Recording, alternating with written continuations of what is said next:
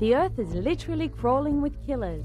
Although some may be relatively small, pound for pound they are probably the most lethal predators on the planet. We'll seek out these crawling killers, including the long-fanged tarantula and the scorpion with its poison-tipped tail. In Southeast Asia, we'll watch the venomous Asian purple centipede, so quick and deadly it can catch an unsuspecting bird. In the North American desert, we'll study the Gila monster with its venomous bite. Then we're off to the Indonesian island of Komodo to find the huge carnivorous Komodo dragon. Back in Australia, we'll see the coastal taipan on the hunt, and we'll get a grip on the deadliest snake on the planet, the inland taipan. And topping it off, we'll go to a beautiful North Australian rainforest to find the predator at the top of the food chain, the huge python. Get ready for these creepy crawlers with a killer instinct. You'll definitely get wrapped up. What they do is they wrap you up.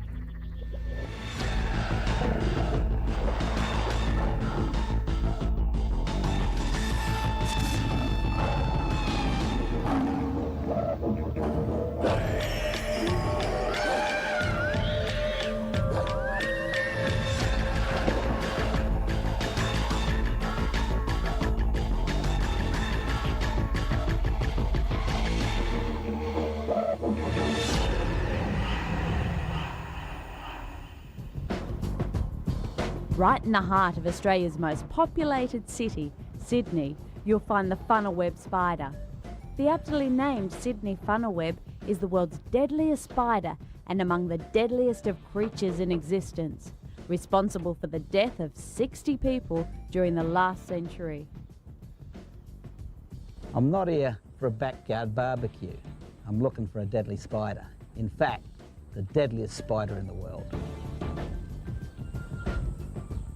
These spiders live in burrows under the ground and they like moist places, so pot plants are a good place to start. Web. Just shift these pot plants out of the way. I'll get rid of the web. There's the entrance to his burrow. That comes out of it.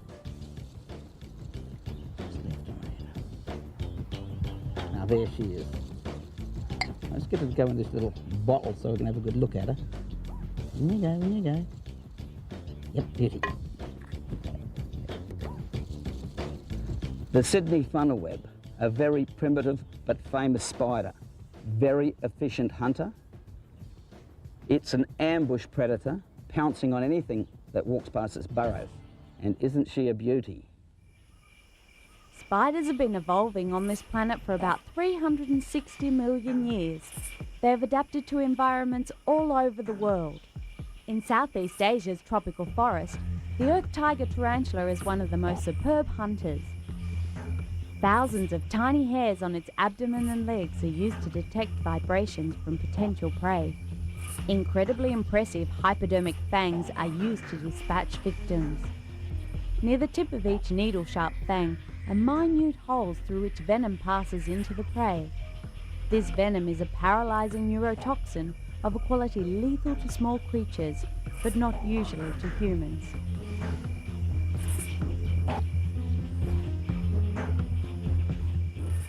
All spiders have 8 legs, and each leg has a total of 7 segments.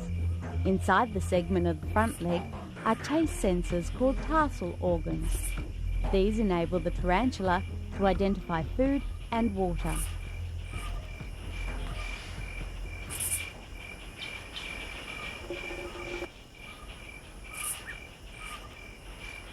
A mouse forages through the litter on the forest floor.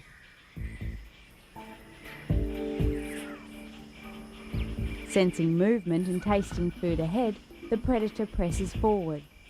For a spider, the tarantula has surprisingly well-developed eyesight. 8 eyes are mounted on top of its head. The larger compound eyes detect movement, while the smaller simple eyes are sensitive to light changes. Still, the creature sees only a black and white picture of shapes and movement within a range of a few inches.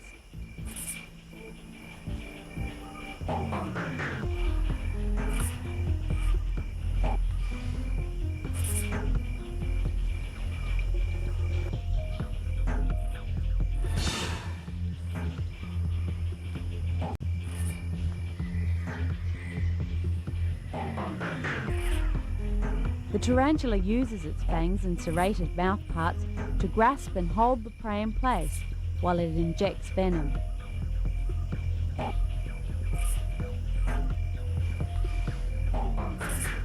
Minutes later, the mouse is dead and the predator begins feeding. A spider has no mouth for chewing. Instead, it breaks down its food externally by secreting digestive enzymes through its fangs into the prey. The enzymes dissolve the tissue, and the liquefied food is then sucked back up through a small mouth opening into the spider's digestive system.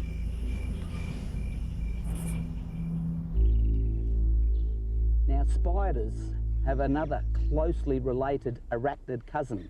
They've got 8 legs, and like spiders, some of them are deadly to humans.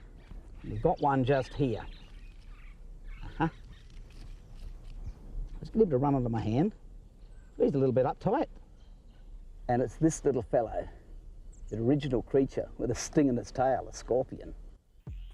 The bright light of the moon floods Arizona's Sonoran Desert. As the temperature drops, a wide variety of creatures will emerge.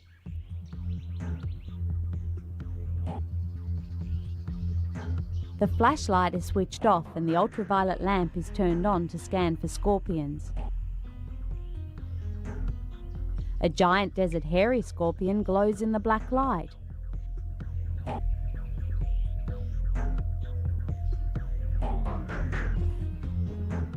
Sometimes when scorpions meet, the confrontation can be deadly.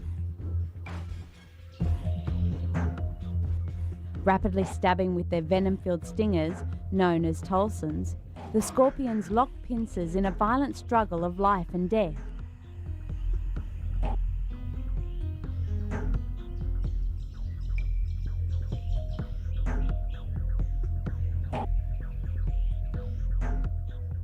Fatally envenomated, the smaller of the 2 scorpions is left to die, his enemy's toxins pulsing through his lifeless body.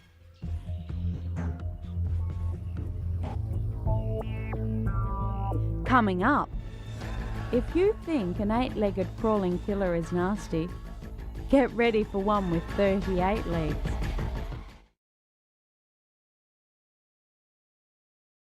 Some people might find this pretty disturbing, but if you ever actually walk into a spider's web, the best thing is just to stand there. He's going to run away or fall to the ground. He's not going to come and bite you.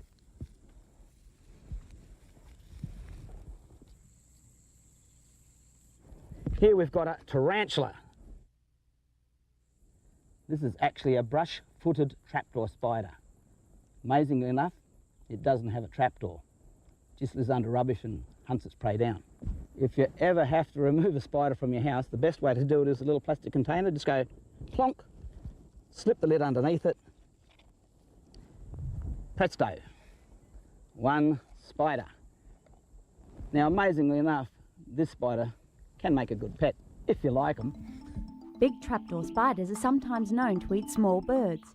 In Southeast Asia's tropical forest, another crawling predator lurks who is also capable of eating small, unfortunate birds. The tropical forest has 4 levels of vegetation. The main canopy trees are where 80% of the forest nutrients are stored. The leaves drop onto the forest floor and form a dense layer of rotting vegetation. Here on the forest floor, where very little light penetrates through the canopy, you'll find one of the most ferocious predators on the planet.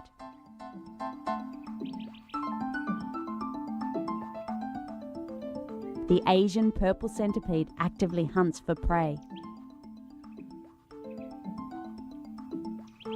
Up to 10 inches long, this ferocious hunter can move rapidly with the synchronized rhythm of 19 separate pairs of legs. Almost every part of its anatomy has evolved to better equip this centipede for hunting. Ultra-sensitive antennae scan the forest for vibrations of prey.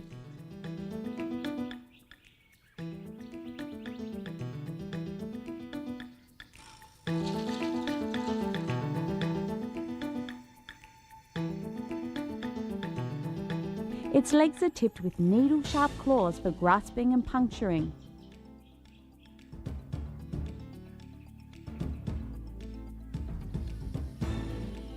first pair of legs are modified into pairs of hypodermic tipped poisoned claws, which see prey and inject venom.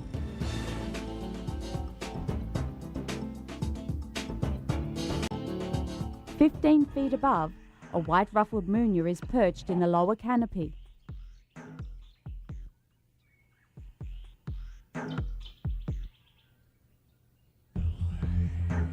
The bird often descends to the forest floor to forage for grubs and insects.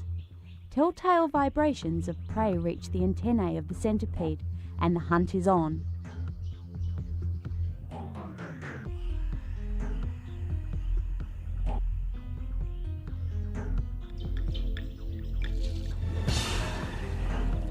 Immediately, the potent venom begins to affect the bird's nervous system.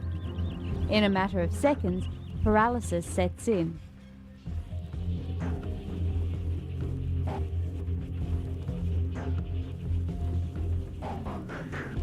One minute later, as the bird is near death, the centipede begins feeding.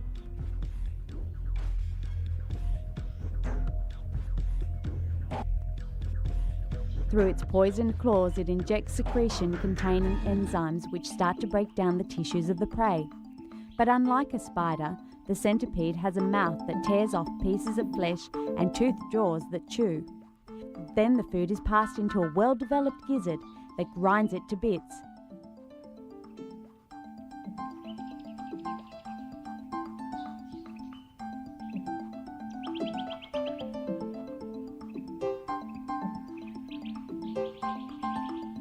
The system is so effective that the centipede eat the birds completely, bones and all, leaving only a few feathers behind. But even the most fearless hunter has an Achilles heel.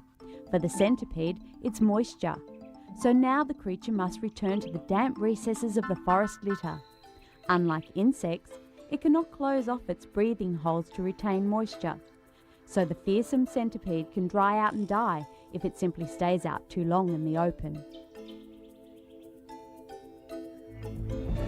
Coming up, see the trapdoor spider in action and meet the man who kisses these eight-legged beauties. Because primitive spiders have been around for so long, they're really good at what they do. Now here we've got the home of a trapdoor spider. How they hunt is they just wait for something to come past, then they just ambush it. Past the well-built and ingenious trapdoor, the burrow twists and turns. It's designed to confuse intruders and possibly turn them into a meal.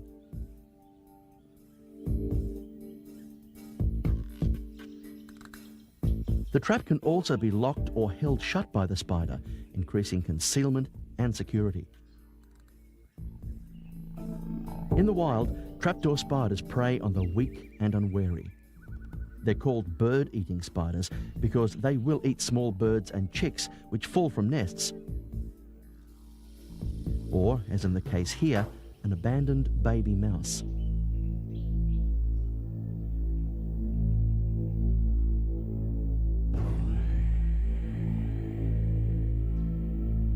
One quick strike, and in seconds the mouse is dead and the spider can take its time over the meal.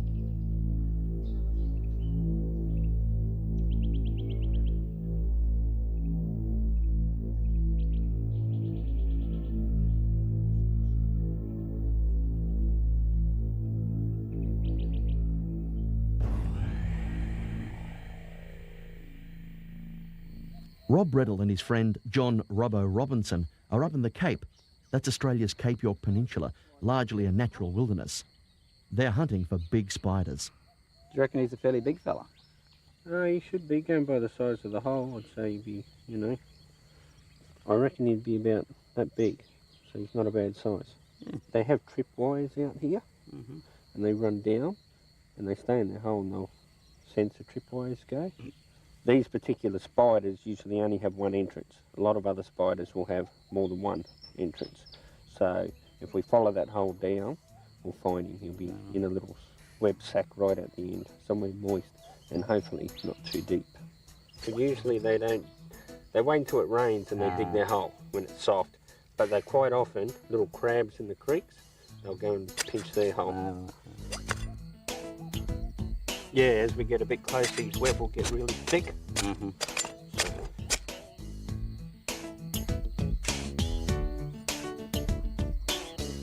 That's not a bird spider, mate. That's a trapdoor. Well, I'd say he's pinched the hole. Either something's happened to the bird-eating spider, he's died, or this time of the year, if that hole belonged to a male, he's probably out searching for a female somewhere. Alright. So, if he returns, he'll kill that spider and eat it. You want your fingers out of it, yeah? Oh, yeah. He's still a good size for a trapdoor. He's a good size for a trapdoor. He's got fangs a bit like a huntsman. They come in from the side. Side, yeah. But he's a lot more venomous than a huntsman, this fella. Yeah. You're not frightened of him, are you, John? I'm not a big lover of spiders. Queensland University would love him. Captured spiders like this are taken to museums or private enthusiasts who do research in their homes. Get some leaves and we'll get brain with some water later. A little bit of soil wet. We'll have to wet it up later though. Yeah, put him in.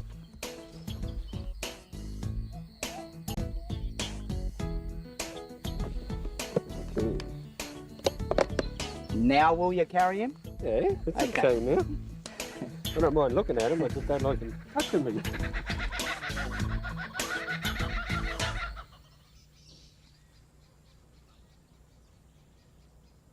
You might not believe this, but some people genuinely love spiders. I'll bet the neighbours don't know what Kurt Walker's keeping here in his room. Kurt not only keeps and breeds spiders, he also collects their venom for research. This is what we're looking for, Robert? I hope not that big. No, not this big. Kurt keeps many kinds of tarantulas, mostly from the United States. About 65 in all. His favourites are the theraphosids, especially those bird-eating spiders. He has many breeding pairs. They're something that I have a fascination for. They are an old world spider. So as you can imagine, they're perfect indicators of a healthy environment, and they are one of the most sensitive arachnids around. They're very, very sensitive to movement, vibration, and actually sense of smell. They can actually smell the pheromones or hormones excreted from one spider for up to 1 kilometre away just from the hairs on their legs. And each spider has a certain group of characteristics which it will perform, but as you can imagine, depending on the actual individual, will depend on what the spider will or won't do when you actually enter the enclosure. I can actually get them to bite, I can get them to run away, or I can get them to play dead depending on the stimuli at the time. But this is far more than just an extreme hobby. Kurt Walker is involved in important research. We're currently undergoing venom research. As you can imagine, each group of animals has a different toxicology, different makeup of their venom. We're trying to explore exactly what these actual makeups are. Venom research is becoming big business in the search for new pesticides, medicines, and of course antivenines. Well, what we'll in fact do with the theraphosids, they don't extrude venom like a funnel web does, so we'll actually anaesthetise the animal, put it into a plastic bag, and use an electronic stimuli to actually extract the venom from their actual chelicerae or their fang base. The venom is analysed in places like here in the Toxic Pharmacology Lab in the University of Queensland. New venoms are analysed for their active ingredients. Further study of a particular poison means extracting it from the venom to get a workable amount. And in the case of many spiders, that takes time, as the amount of venom they produce is quite small. Here, they're looking at the analysis of the theraphosid venom Kurt milked earlier. The active ingredient is a neurotoxin. It's deadly to humans, but not in the amounts here. However, it could be a useful pesticide, but to conduct some trials on its possible commercial value, we'll need to get about 1,000 times more venom than we've got here. But when Kurt's away doing analysis like this, who looks after his pets? Well, Kurt and I have been married for a few months now, and at first a lot of people used to ask me, did it bother me that Kurt has all these types of animals in the house? And it doesn't really. I'm a real animal person myself, and especially the spiders. I used to work with spiders a lot, and I really dig how the females are dominant in the spider race, and the males actually, some of them have these specially designed little feet to actually hold back the females while they have sex, and then afterwards the female turns around and eats him. Go girl. Kurt Walker reckons once you get to know them, they're not as fierce as they look. In fact, he thinks they're quite cute. Ooh, I think I'll stick to kissing crocodiles. Coming up, a lizard in the North American desert with a killer bite. Lizards exist around us. They play their part in controlling vermin and mostly share our world without our knowledge. There are more than 3,000 species of lizards, and for most of it, it's a daily battle that pitches the instinct that would keep them alive against a competing instinct that would see them as food. One of the harshest places they live is southern Arizona's Sonoran Desert. An impressive ocotillo fans out against the blue sky. A closer look reveals sharp thorns. The majestic Sororo cactus provides a home for many desert animals.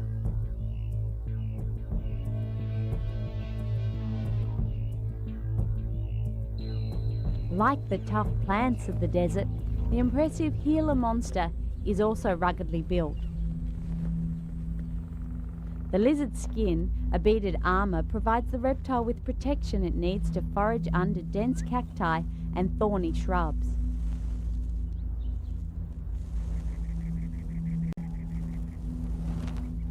Gila monsters are primarily nocturnal, but sometimes they hunt at dusk or dawn, and occasionally on a warm winter day.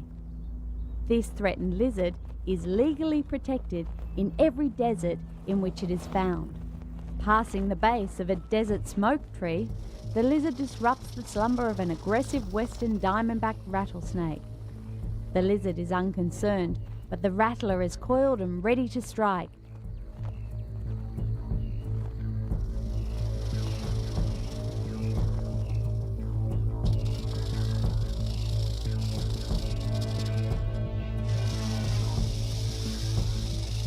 The Gila monster emits a warning hiss,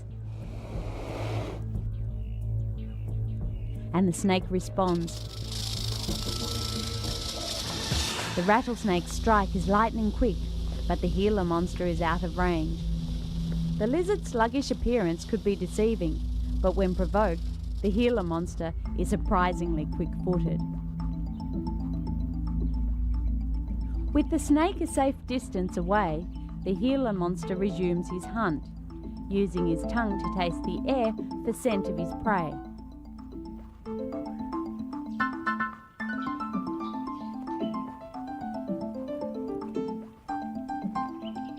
It isn't long before he discovers the freshly dug entrance to the burrow of a rodent. Caught off guard, digging at the shallow mouth of its hole and unable to escape, a wood rat falls prey to the crushing jaws of the massive lizard.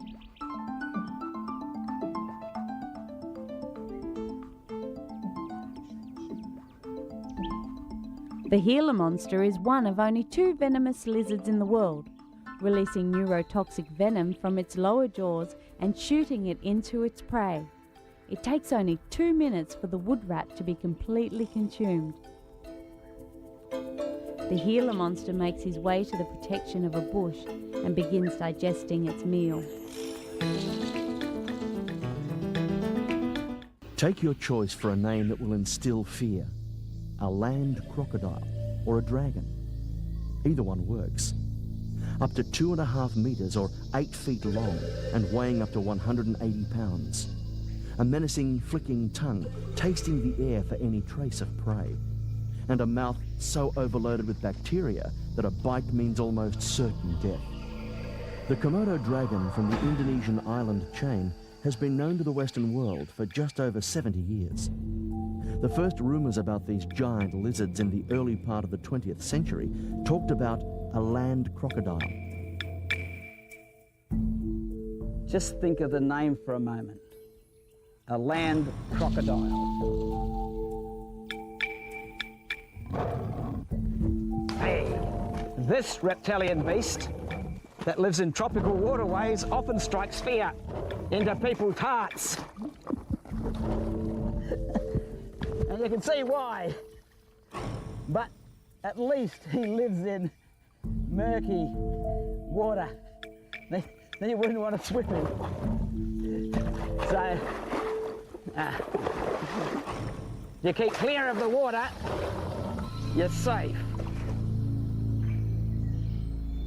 But a land crocodile, it might be in faraway Asian places, but just the name would be enough to challenge the strongest heart.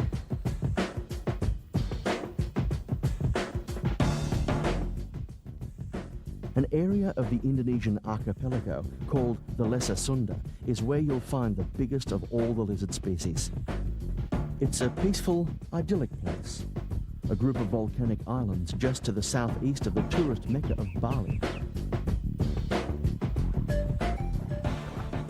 This is the only home of the largest of the family of lizards that go under the name of monitors.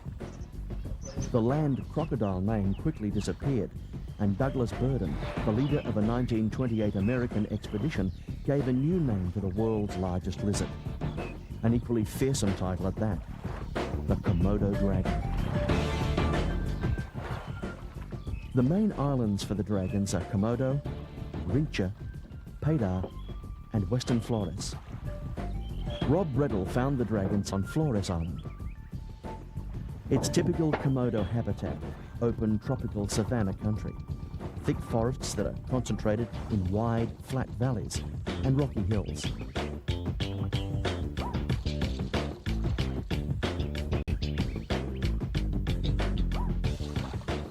There have been stories of dragons growing to lengths of more than 5 meters, that's over 16 feet, but there is no real proof that such monsters ever existed.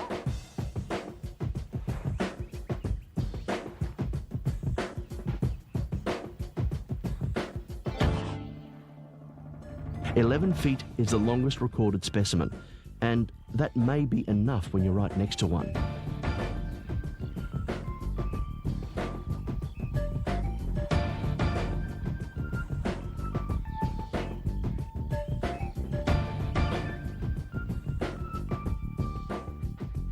They spend their time patrolling their territories in search of food. They stay on the move through most of the daylight hours. And studies of individual animals have shown that they can range as much as 10 kilometres or over 6 miles in a day.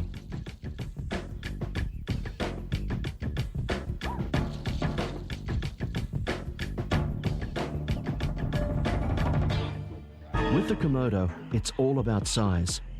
Big prey plus adaptive evolution made this the only lizard species big enough to be able to take humans as food.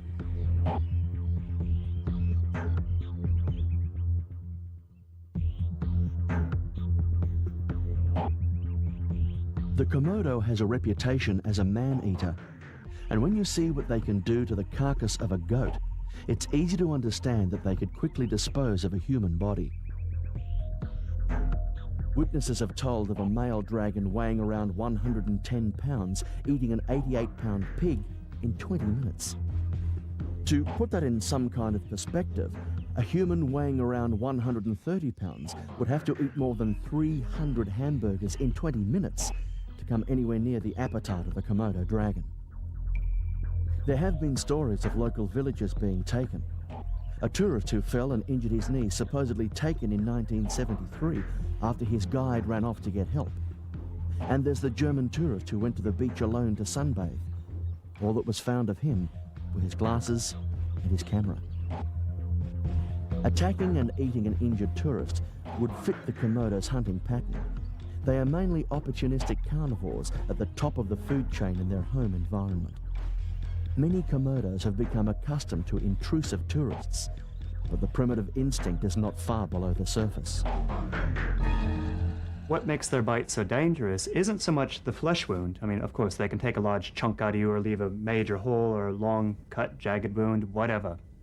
What makes them so dangerous is that their favorite food is the stinkiest, oldest meat that they can find.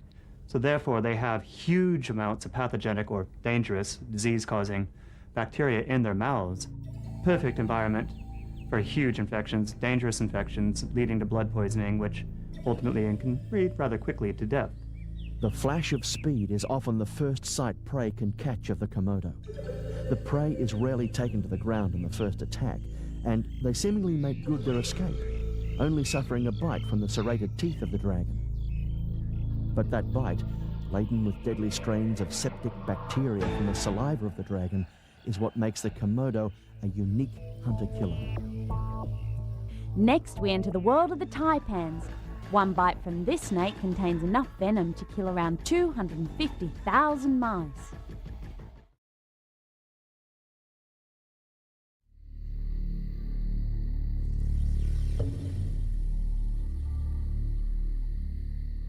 Taipans move, strike and kill faster than most other snakes. Australia is home to two species, the coastal taipan and the inland taipan. Both snakes are relatively fast-moving burrow dwellers, but it's here in the cane fields of North Queensland, Australia, that the coastal taipans are thriving. There would have to be hundreds of these coastal taipans in these cane paddocks. They couldn't hope for a better home. In this type of environment, rat populations tend to explode, so he doesn't have to go too far for a feed.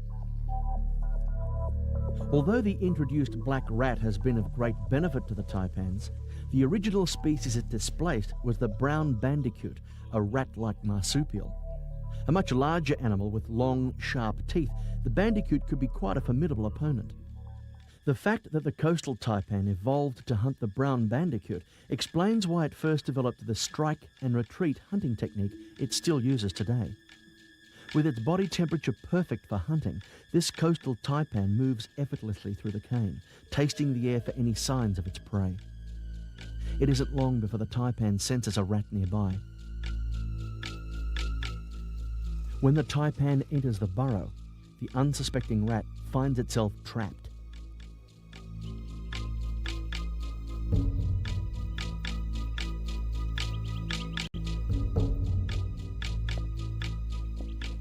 The taipan strikes fast and retreats.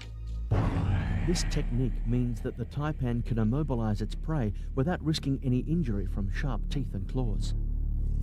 The rat is dead in seconds, and the taipan returns to safely consume its meal.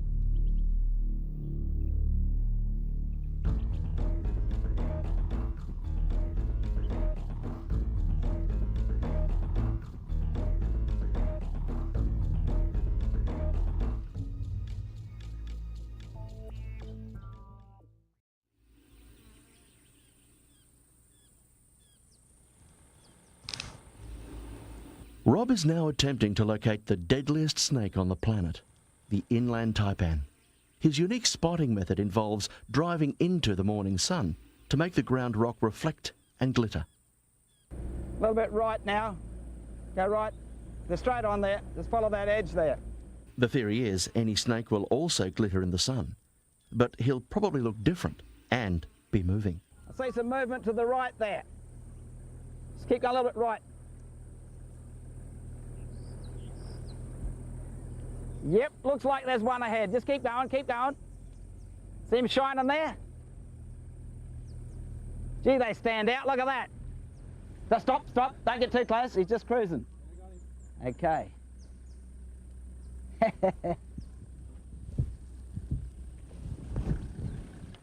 Rob hits the jackpot first time out.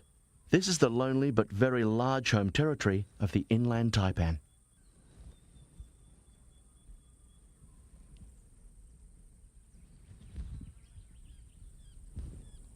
He's hunting.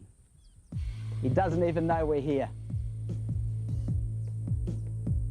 Now, out in this country, it's just covered in cracks in the ground. A lot of them are covered over, and down those cracks lives a lot of lizards. And of course, there's a rat that lives out here, lives down the cracks too, and he's trying to find an occupied crack.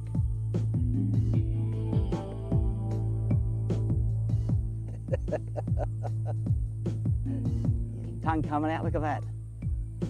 Doesn't even know we're here. Rob's chilling stand-like-a-tree camouflage act seems to be working, thankfully. Yeah, nothing down there, mate. It's too small for a... But that could be a lizard hole, see? Everybody's heard of the king cobra. And one of the other deadly snakes I'm looking for here is called a king brown snake. But if there ever was a king of snakes, this has got to be it. This is the deadliest snake on the planet. He's 180 times more deadly than a king cobra, and 890, yeah, 890 times more deadly than the diamondback rattlesnake. And they're no slouches either when it comes to poison. He doesn't know I'm here. He's just blind and deaf, and I'm still. He can't see me because I'm not moving. I'm just like a shape there. He definitely hunting. You can see it's dry out. He's not real good Nick. Rob will explain why their venom is so potent. And knowing that it is, it's good to understand the simplest facts about all snakes. A lot of people say they've been chased by snakes, but he can't hear you, he can't see you, and they're not all that fast either. But lovely fluid movement, you can see that.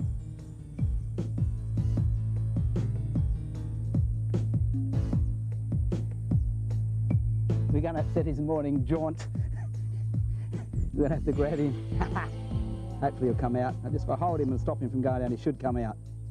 I'm not going to pull him, I'll just hold him so he can't go any further. He's pretty warm. Come on.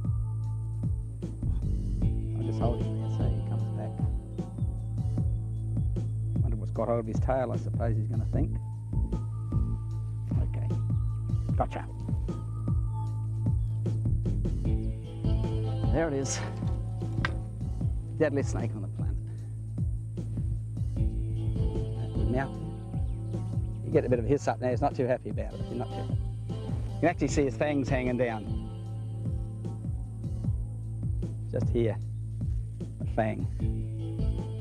Right there. It's called the fierce snake, but it really doesn't live up to its name. It's the deadliest snake, that's all. Its coastal cousin is a lot more, if you want to call it fierce. But this is not a real fierce looking snake. Rather placid snake, really. Once they're in captivity, they're rather easy to handle because they quieten down very, very quickly. It could be because there's really no predators out here to it at all. It's basically the top of the chain out here as well, except for another snake called the king brown, which does eat other snakes almost exclusively. You can see his little fangs hanging down on either side there. And they're not real long, but most deadly, most deadly. It lives in a treeless wilderness. It's boss of its own domain. So why is it right on top of that dubious list? Now, the reason I think the fierce snake is so deadly and got such a potent venom is because he's the ultimate rat hunter. Out here, he's got a vast area to hunt in, and rats are few and far between. And when he finds one, he's got to make sure he gets it. He's got to stop it dead in his tracks as quick as he can. Because if it gets away and walks 10 or 20 metres here, he might not find it again. And that's life and death to him out here. Okay, mate, we'll let you on your way. Okay, off you go.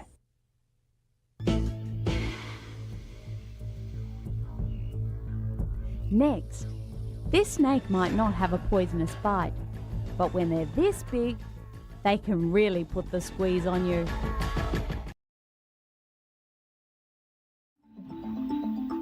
If you want to find the top predator in the North Australian rainforest, you've got to come to a place like this.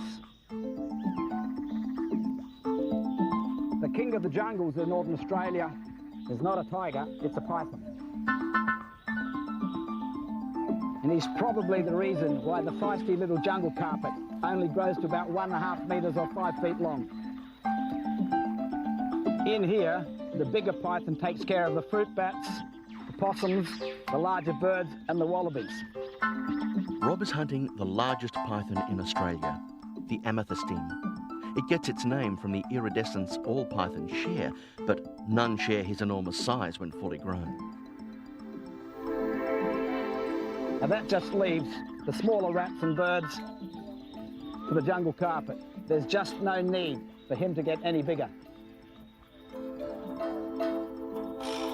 Not only does this look like a good spot to find one, I can actually smell there's one living here. Our pythons have scent glands either side of their anus, musk glands. And as they move, they leave a scent. And if they live in a spot, the scent is stronger. What a beauty.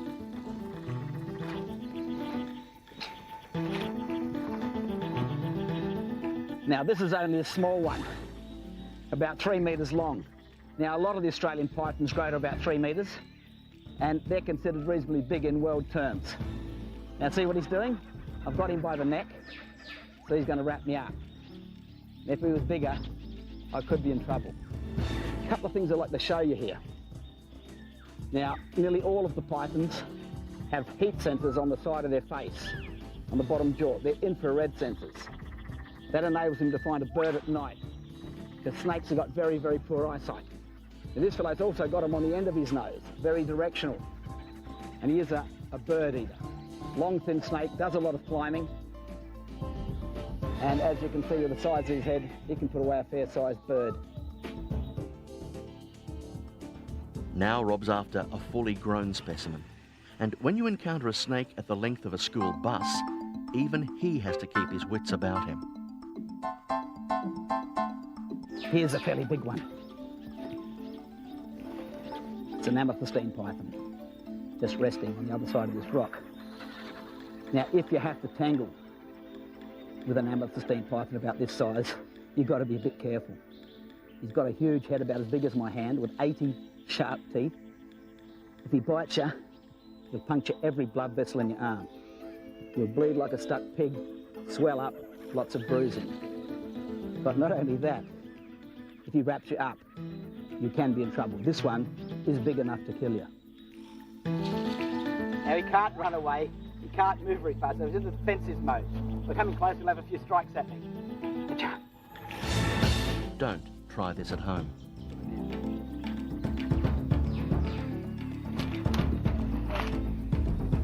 Got him. Now, when I grab him behind the head, I don't hold him very tight. If I did, you watch, he'll start to wrap.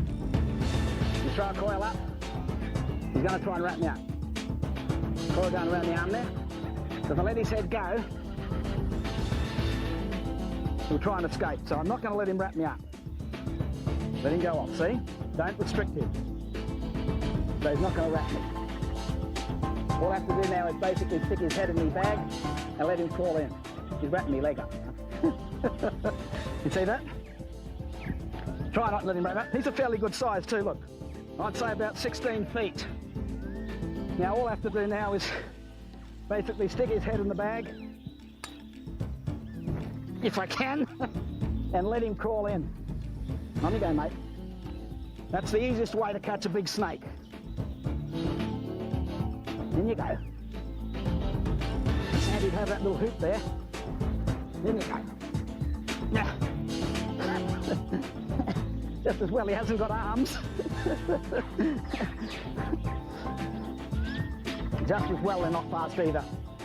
Like I said, it's a cool morning. On a hotter day, it'd be a bit more of a handful. I reckon he must weigh about 50, 60 pounds. Yes! In the jungles of North Queensland, it's not a mammal. That's the top predator. It's this fellow, the amethystine python. Now, he's reputedly the third longest snake in the world and has been recorded at 8 metres long. That's about 28 feet. Big enough to eat a person. And there have been attacks on people in Australia, but as of such, no one's been eaten yet. And he's probably the reason the jungle carpet up here doesn't grow bigger than about 1.5 metres. Even though pythons are harmless, big ones like this can be very dangerous. In fact, they can kill their prey much quicker than poisonous snakes do. What they do is they wrap you up right around your body and tighten. You better help me here. Nothing's all right, it's all right, it's all right. Got him now. What they do is they wrap you up, and when you let a breath go, they just tighten. You never get another breath. Big ones like this can be dangerous. I'm Rob Brettle, and thanks for joining me on Killer Instinct.